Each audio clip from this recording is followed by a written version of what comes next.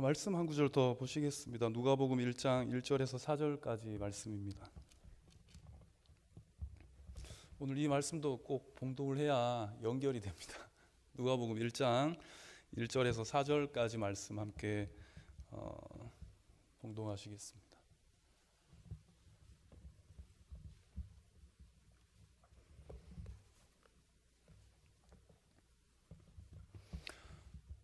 같이 봉독하시겠습니다. 시작. 우리 중에 이루어진 사실에 대하여 처음부터 목격자와 말씀에 일꾼된 자들이 전하여 준 그대로 내력을 조순하려고 붓을 든 사람이 많은지라 그 모든 일을 근원부터 자세히 미루어 살핀 나도 데오빌로 각하에게 차례대로 써 보내는 것이 좋은 줄 알았노니 이는 각하가 알고 있는 바를 더 확실하게 하려 함이로라. 아멘.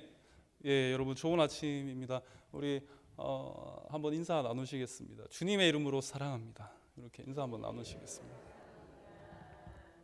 여러분 사랑하시죠? 교회는 관계로 맺어진 그 공동체입니다. 그래서 옆 사람 또 앞 사람과 함께 인사 나누실 때 주님의 이름으로 사랑합니다라고 여러분 고백하셨죠, 그죠? 어떤 관계 때문에 우리가 주님의 이름으로 내 옆에 있는 성도, 내 옆에 있는 형제 자매를 우리가 사랑할 수 있을까요? 이 사랑이라는 관계가 어떻게 만들어졌겠습니까? 인간은 사회적 동물이다라는 유명한 철학자의 말이 있습니다. 여러분 이 말을 한마디로 요약을 하자면, 한 단어로 표현을 하자면 관계입니다. 사람은 관계를 통해서 오늘 이 교회라는 공동체 아니면 여러 집단 또한 가정을 이루며 살아갈 수 있도록 창조되었습니다. 여러분 최초의 사람 아담을 기억하시죠? 그죠? 아담이 혼자 독처하는 것이 하나님 보시기에 굉장히 안쓰러웠나 봅니다. 그래서 아담과 관계를 잘 유지할 수 있도록 누구를 만들었습니까? 하와를 만들었죠. 그래서 아담과 하와의 이 관계가 에덴 동산이라는 이 낙원이라는 그 아주 중요한 공간 안에서 이 아담과 하와는 관계를 가지게 되었습니다. 굉장히 친밀한 관계를 가지게 되었죠. 그 단적인 예로 콩 한 쪽도 여러분 나눠 먹는데 이 선악을 알게 하는 나무의 열매, 이 둘이서 같이 나눠 먹게 됩니다. 굉장히 친밀했다라는 증거입니다. 물론 그것이 죄의 불순종의 결과가 되었지만, 그러나 먹거리 먹을 것을 음식을 나누어 먹었다라는 것은 굉장히 중요한 관계의 표징입니다. 그리고 관계는 그렇게 시작이 됩니다. 그런데 우리가 생각해 보면 이 아담과 하와의 어떤 죄의 결과 때문에 어떤 여러분 결과가 생겼습니까? 하나님과의 관계가 깨어졌죠. 분열되었죠. 죄라는 것은 하나님과의 관계를 단절시킵니다. 그리고 저와 여러분, 그리고 옆에 있는 우리 성도와의 관계 가운데에도 이 죄라는 것은 그 관계를 단절시킵니다. 그런데 또 중요한 것은 있습니다, 여러분. 이 관계를 연결해 주는 연결고리 또한 있습니다. 그러니까 해결할 수 있는 어떤 해결책이나 처방약이 있다라는 거죠. 그 연결고리가 무엇일까 궁금하시죠, 여러분? 저희 교육자들이 얼마 전에 경기도 이천에 있는 에덴 그 낙원이라는 아주 훌륭한 그 리조트 개념의 그 납골당이었습니다. 그곳에 이제 곽선희 목사님과 함께 목회적인 어떤 부흥과 또 설교에 대한 여러 가지 세미나를 듣고 또한 경청하고 같이 이야기를 나누는 그런 시간을 가지게 되었습니다. 그런데 에덴 낙원이라는 그 동산을 저희가 딱 입성해 보니까 참 너무 정말 에덴 같더라고요. 참 낙원 같았습니다. 이천에서도 이제 조금 들어가는 곳인데 시골스러운 그 길을 지나가서 굉장히 숲이 우거지고 그리고 조경이 아름답게 잘 꾸며진 이 에덴 낙원이라는 곳에서 저희가 세미나를 받게 되었습니다. 그런데 중요한 것은 이런 생각이 들더라고요. 야, 참 이 공간이 너무 아름답다. 야, 조경이 참 너무 좋다. 야, 참 여기가 천국이구나. 이런 낙원이 있을 수가 있을까라는 생각이 들었지만, 그러나 우리가 함께 갔었던 동역자들끼리의 관계가 좋지 않았다면, 그죠? 그곳에서 싸움이 일어나고 분열이 일어나고 관계가 깨져 버린 상황이었더라면 그곳은 낙원이 될 수가 없습니다. 마찬가지로 아무리 여러분 굉장히 좋은 훌륭한 직장을 내가 가지고 있다 할지라도 직장에서 상사와의 관계, 내 동료와의 관계가 좋지 못하면 그 직장은 천국이 아닙니다. 여러분. 가정도 마찬가지고 어느 공동체나 여러분 마찬가지일 것입니다. 그리고 웅장하고 아름다운 교회라 할지라도 예외는 없습니다.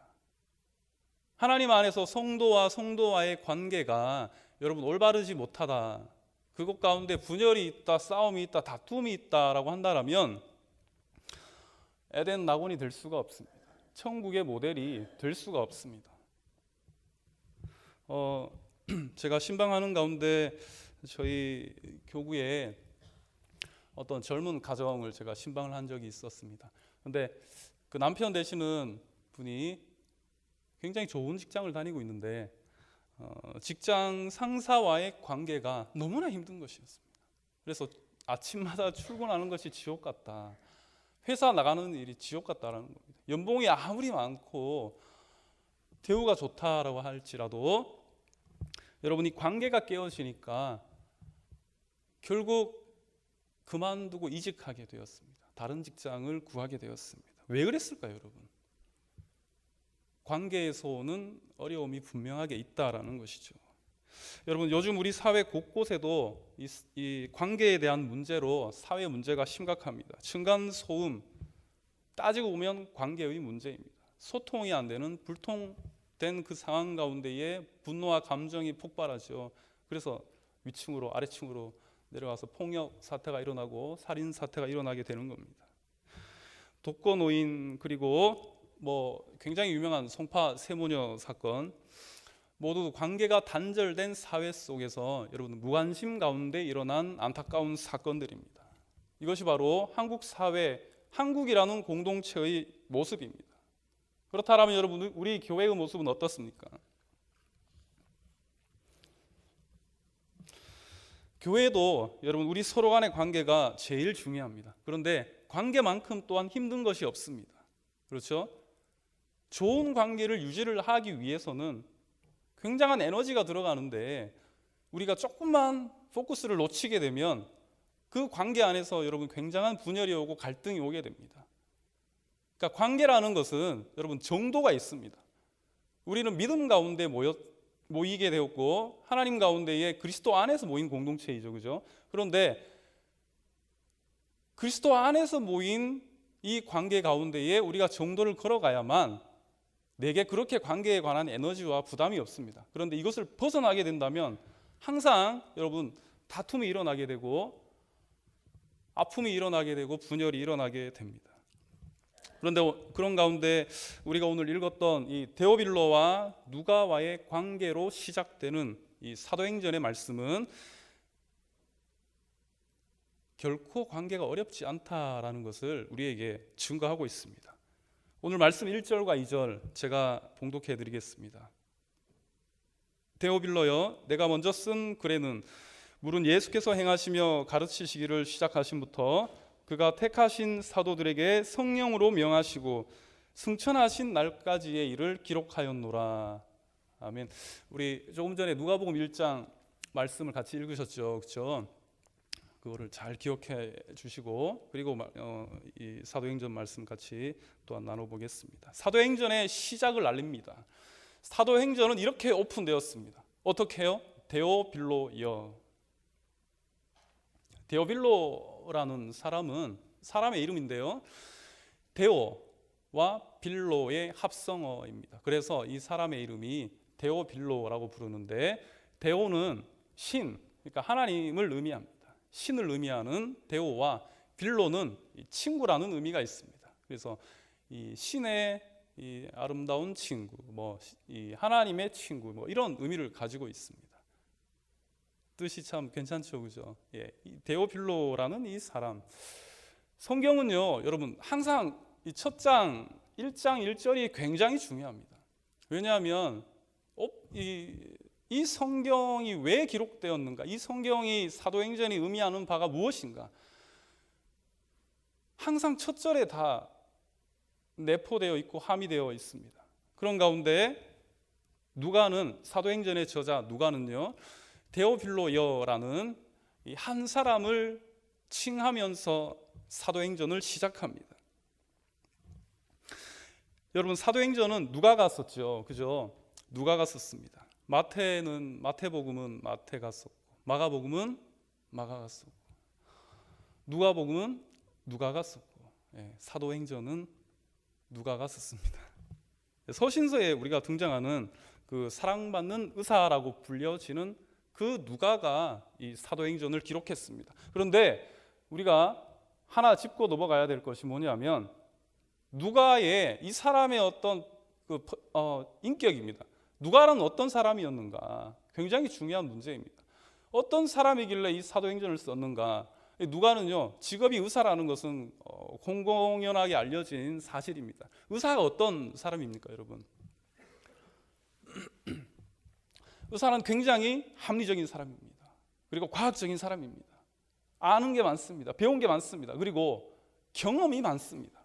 그리고 그 경험을 바탕으로 집도하고 병을 고치고 아픈 사람을 케어하게 됩니다. 그것이 바로 의사입니다. 그렇다면 그 의사 출신의 이 누가가, 여러분, 누가행전과 사도행전을 기록하게 되었는데요, 이 사람의 어떤 감정과 감성에 치우쳐서 기록했을 리가 없습니다. 굉장히 객관적인 시각을 가지고, 그리고 헬라어에 능통했던 이 누가는 한 단어, 한 사건들 아주 치밀하게 그리고 객관적으로 서술했었던 것이 바로 누가복음과 사도행전이었습니다. 그런데 오늘 우리가 유념히 살펴봐야 될 것이 있습니다. 누가복음과 사도행전에 데오빌로에게 있었던 경칭이, 여러분, 어떤 변화가 있습니다. 어떤 변화가 있습니까? 누가복음에서는요, 데오빌로 각하라고 하죠. 캐치하셨어요, 여러분? 누가복음에서는 데오빌로 각하라는 경칭을 쓰고 있습니다. 존칭을 쓰고 있습니다. 그렇다면 누가복음을 통해서 우리가 알 수 있는 것은 데오빌로는 각하구나. 굉장히 고위직에 있는, 어떤 정확한 지명은 나오지 않지만 굉장한 고위 관리직에 있는 사람이었고, 각하라 불리움을 받기에 전혀 어색함이 없는 사람이 바로 데오빌로였습니다. 그리고 사도행전 1장 1절에는 데오빌로여라고 이야기하고 있습니다. 여기에서 여러분, 우리가 어떤 변화가 있는지, 이 변화에 대한 어떻게 누가가 각하라는 존칭을 빼뜨릴 수가 있는지, 여러분, 요거에 대해서 우리가 함께 나눠봐야 되겠습니다. 누가와 데오필로의 관계성 안에서 과연 어떻게 각하라는 존칭이 사라질 수가 있었을까?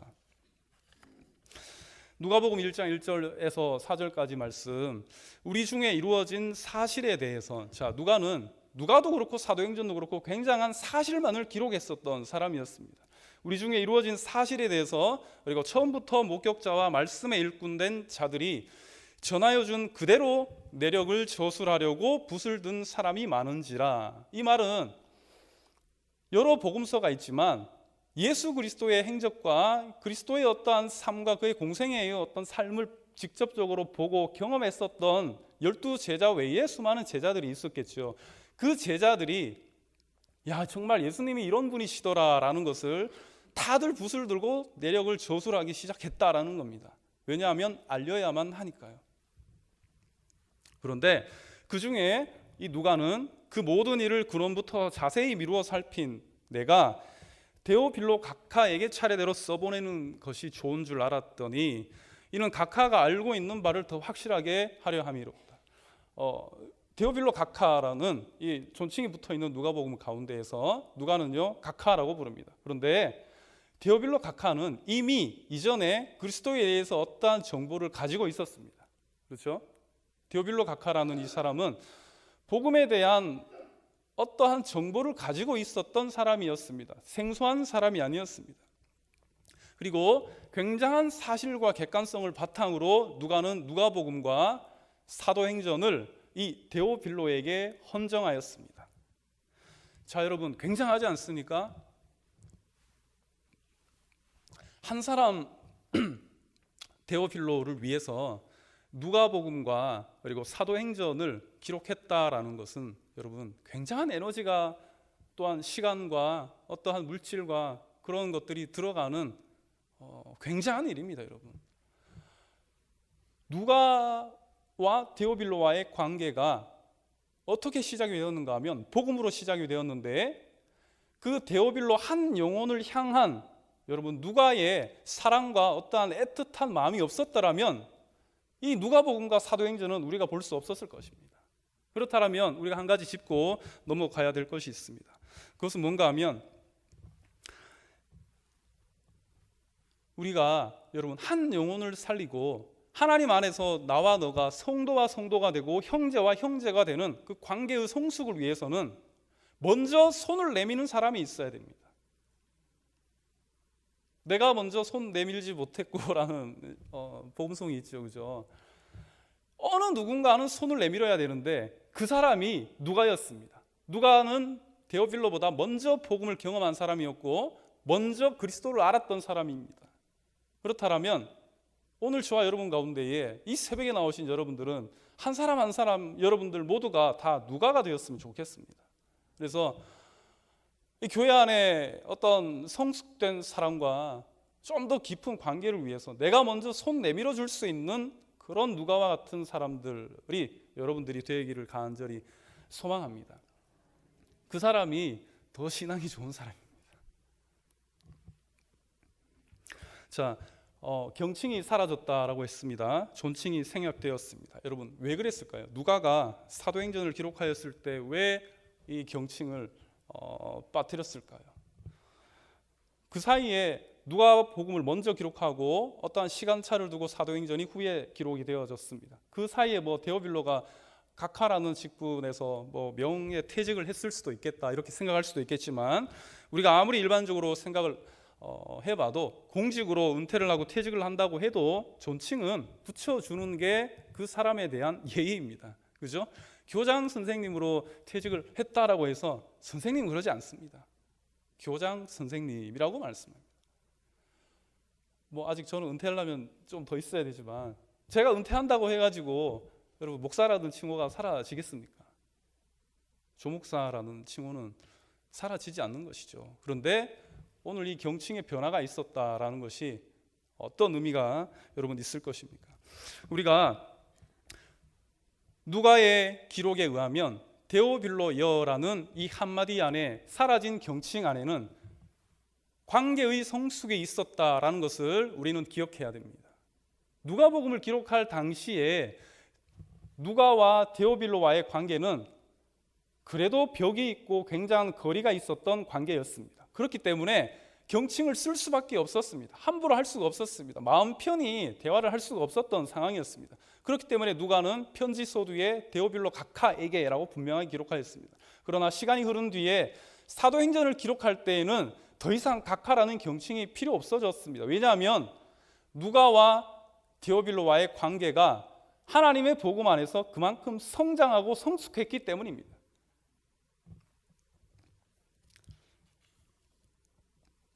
그렇다면 여러분, 누가와 이 데오빌로와의 연결고리가 무엇이겠습니까? 그것은 복음이었습니다. 십자가의 복음이었습니다. 예수께서 행하시고 가르치셨던 공생애의 모든 사역들, 그리고 그 사역 후에 못 박히심과 피 흘리심과 그리고 부활하심과 승천, 이 모든 그리스도의 생애, 이 생애를 우리가 한마디로 복음이라고 하는데, 그 복음을 통해서 여러분 오늘 이 두 사람 가운데 있었던 벽이 허물어지고 사라졌습니다. 그렇다면 여러분, 도대체 복음이 뭐길래 이 관계에 어떤 영향을 미쳤을까요? 누가와 데오빌로 사이에서 복음이 어떤 영향력을 가지고 있었을까요? 두 가지만 나누고 말씀을 마무리하겠습니다. 첫 번째는 복음은 모든 것을 평준화시킵니다. 평준화라는 것은 간단합니다, 여러분. 너와 내가 똑같다라는 겁니다. 너와 내가 수준 차이가 있는 것처럼 보이지요. 그러나 똑같다라는 겁니다. 무엇으로부터 똑같습니까? 똑같이 죄인입니다. 똑같이 죄인이었습니다. 평준화되었습니다. 농부가 쟁기로 밭을 갈 때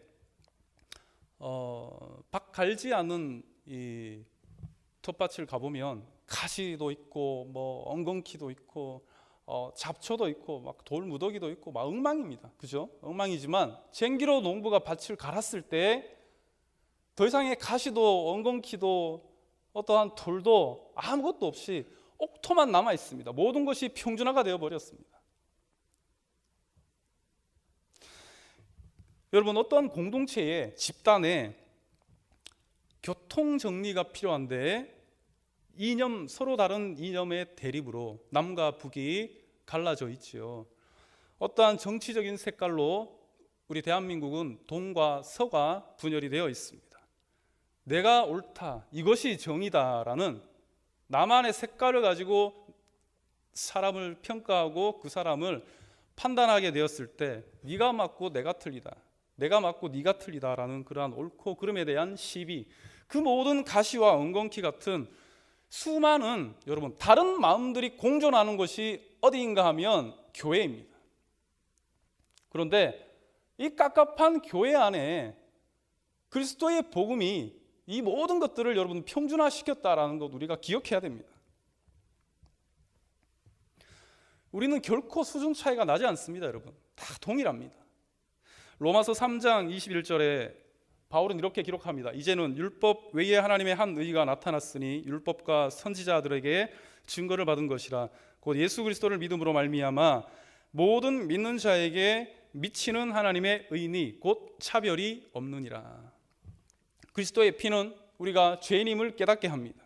그리스도의 피는 여러분 차별이 없습니다. 신분의 고하를 그리고 빈부격차를 막론하고 성별을 막론하고 모두 다 똑같은 죄인으로부터 우리는 시작하였습니다. 모두 다 똑같은 죄인으로부터 우리는 시작하였습니다. 이 차별 없는 피 흘리심으로 말미암아 옛날 구약시대 때 이스라엘 한 민족에게만 있었던 하나님의 일방적인 은혜가 이제는 여러분 보편적인 은혜로 바뀌게 되었습니다. 그래서 복음에는 차별이 없는 것입니다. 하나님의 의는 차별이 없습니다. 신분의 차이도 직분의 차이도 없습니다. 예전 백정들이 다니는 교회라고 해서 백정교회라는 별명을 가지고 있는 종로구 인사동에 그 승동교회라고 있습니다. 역사가 굉장히 깊은 교회입니다. 승동교회가 있습니다. 합동측 교회입니다. 그런데 이 교회를 설립한 무어 선교사가 이런 말을 하였습니다. 예수 안에는 양반과 천민의 구별이 없습니다. 왜 이런 얘기를 했을까요? 그 당시에 여러분 백정들이 많이 다니는 교회가 바로 승동교회였습니다. 그런데 이 승동교회에 이 교회에 양반들이 조금씩 모이게 되었습니다. 양반들이 그룹을 형성하게 되었습니다. 그리고 양반들의 입김이 세지게 되었습니다. 그리고 결국에는 양반들이 이런 요청을 합니다. 선교사님, 우리는 이 백정들과 같이 예배 드릴 수 없습니다. 그렇기 때문에 우리 양반들이 드리는 따로 드릴 수 있는 자리와 시간을 마련해 주십시오라고 교회를 개척한 무어 선교사에게 요청을 하였습니다. 여러분 어떻게 생각하십니까? 이때 무어 선교사가 했던 말이 바로 양반과 천민은 차별이 없다라는 말을 했습니다.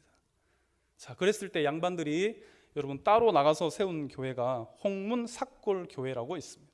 그 사람들이 따로 나가서 교회를 설립하게 되었습니다. 자, 이 교회의 모습을 우리가 한번 상상해 보십시오. 양반 외에 다른 이들이 홍문삭골 교회에 나올 수가 있겠습니까?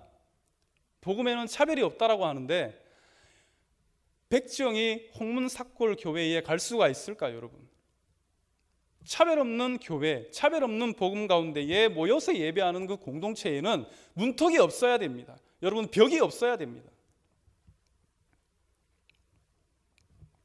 그러므로 여러분, 교회는 성도 간의 성숙한 이 관계, 이것은요, 평준화된 내가 죄인이었구나라는 우리의 고백으로부터 시작해서 그리고 차별 없음으로 이 관계는 성숙하게 되어집니다. 누가와 데오빌로와의 관계, 여러분, 마찬가지였습니다. 이 둘은 연결고리가 없었던 사람이었습니다. 누가가 어찌 감히 데오빌로에게 데오빌로여라고 할 수 있겠습니까? 그런데 복음이 이것을 가능케 하였습니다.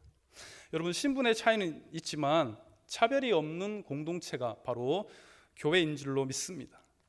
두 번째로, 복음은 여러분 관계를 회복하게 합니다. 깨어진 관계를 새로 만들게 됩니다. 새로 쌓게 됩니다. 관계를 회복하게 됩니다. 바울은 에베소서 2장 16절에 하나님과의 관계에 대해서 이렇게 기록합니다. 또 십자가로 이 둘을 한 몸으로 하나님과 화목하게 하려 하심이라.